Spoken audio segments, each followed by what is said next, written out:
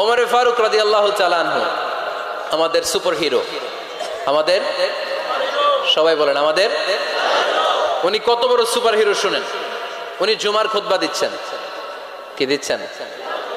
মসজিদে নববীতে খুতবার মাঝখানে হঠাৎ বললেন, ইয়া সারিয়াতাল জাবাল, ইয়া সারিয়াত ইবনে জানিমিল জাবাল। এই কথা বলেই আবার খুতবা দিতে শুরু করলেন। ওনার এই ইয়া সারিয়াত ইবনে জানিমিল জাবালের সাথে আগের কথারও কোনো মিল নাই, পরের কথারও কোনো মিল নাই। নামাজের পর মুসল্লি সাহাবারা ধরলেন, বললেন, ইয়া আমিরাল মুমিনিন।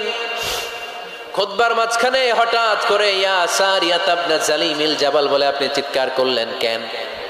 আপনার এই বাক্যের সাথে আপনার খুতবার আগের বাক্যের কোনো মিল নাই, আপনার খুতবার পরের বাক্যেরও কোনো মিল নাই।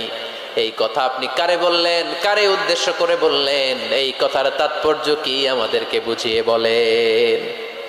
ওমর ফারুক বললেন, আমি যখন খুতবা দিচ্ছি আমি দেখতে পেলাম ওই যে কয়েক মাস আগে আমি আমার মুসলিম সেনাবাহিনী পারস্যে আক্রমণের জন্য পাঠিয়েছি, বর্তমান ইরানের ওই বিশাল এলাকাতে পারস্যে আমি আমার ব্যাটালিয়ন পাঠিয়েছি।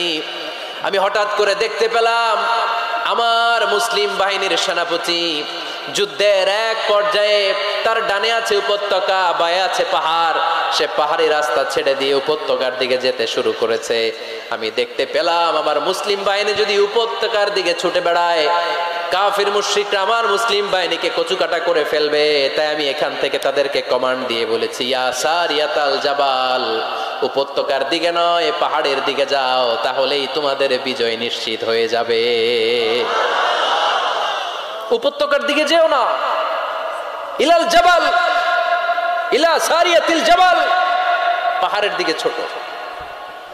সাহাবার অবাক, ঘটনা কি? উনি বসে আছেন মদিনায় মসজিদে নববীর মিম্বারে দাঁড়িয়ে, উনি যদি ইয়া সারিয়াতাল জাবাল বলে, এটা কি ইরানে যাবে নাকি? ও মিয়া, তখনকার সময়ে বর্তমানের মতো মোবাইল ছিল নাকি? ইন্টারনেট ছিল নাকি? কিছু ছিল? খালি মুখে আমি যদি বলি ইয়া সারিয়াতাল জাবাল, এটা ইরানে যাবে, ইন্ডিয়ায় যাবে, ঢাকায় তো যাবে, ফরিদপুর শহরেই তো বসবে না, ঠিক কিনা? কিন্তু এটা আমিরুল মুমিনিন বিশ্বাসী সাহাবারা বিশ্বাস করে নিল। কিছু মুনাফিক ছিল, এরা কয় না ঝামেলাস, এটা তো সম্ভব না। এক কাজ করি, এই সেনাপতি যখন বিজয়ী বেশে মদিনায় ফিরে আসবে আর আমরা ধরবো। এরা দিন গুনতে লাগলো, এই সেনাপতি মুসলিম বাহিনী নিয়ে পারস্য জয় করে কবে ফিরে আসবে।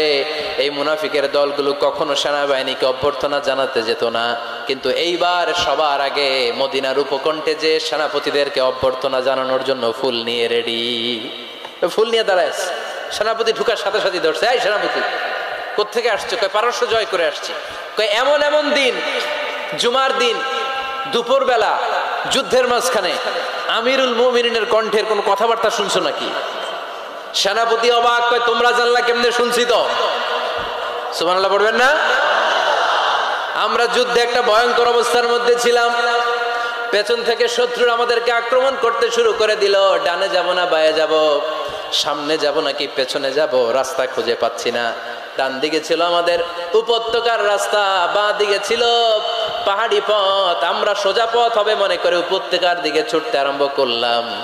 হঠাৎ করে আমিরুল মুমিনিনের কণ্ঠ বজ্র কণ্ঠে আমার কানের মধ্যে ভেসে আসলো।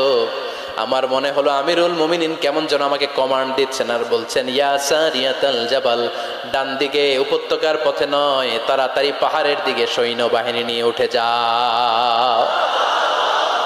পাহাড়ের দিকে, ডানে না। This is wrong track and this is the right track. ওই দিন যদি ওমর ফারুকের ওই গাইডলাইন, আমিরুল মুমিনিনের কমান্ড যদি আমি না শুনতাম, আজকে বিজয়ের বেশে ফিরতেও পারতাম না, আমাদের চেহারাও তোমরা দেখতে পেতে না। ওমর ফারুকের ওই কমান্ড, ওই গাইডলাইন অদৃশ্য থেকে শোনার কারণে এই পারস্যের মধ্যে আমাদেরকে সেই যুদ্ধে বিজয় দান করেছে কে? This is Omar Faruk.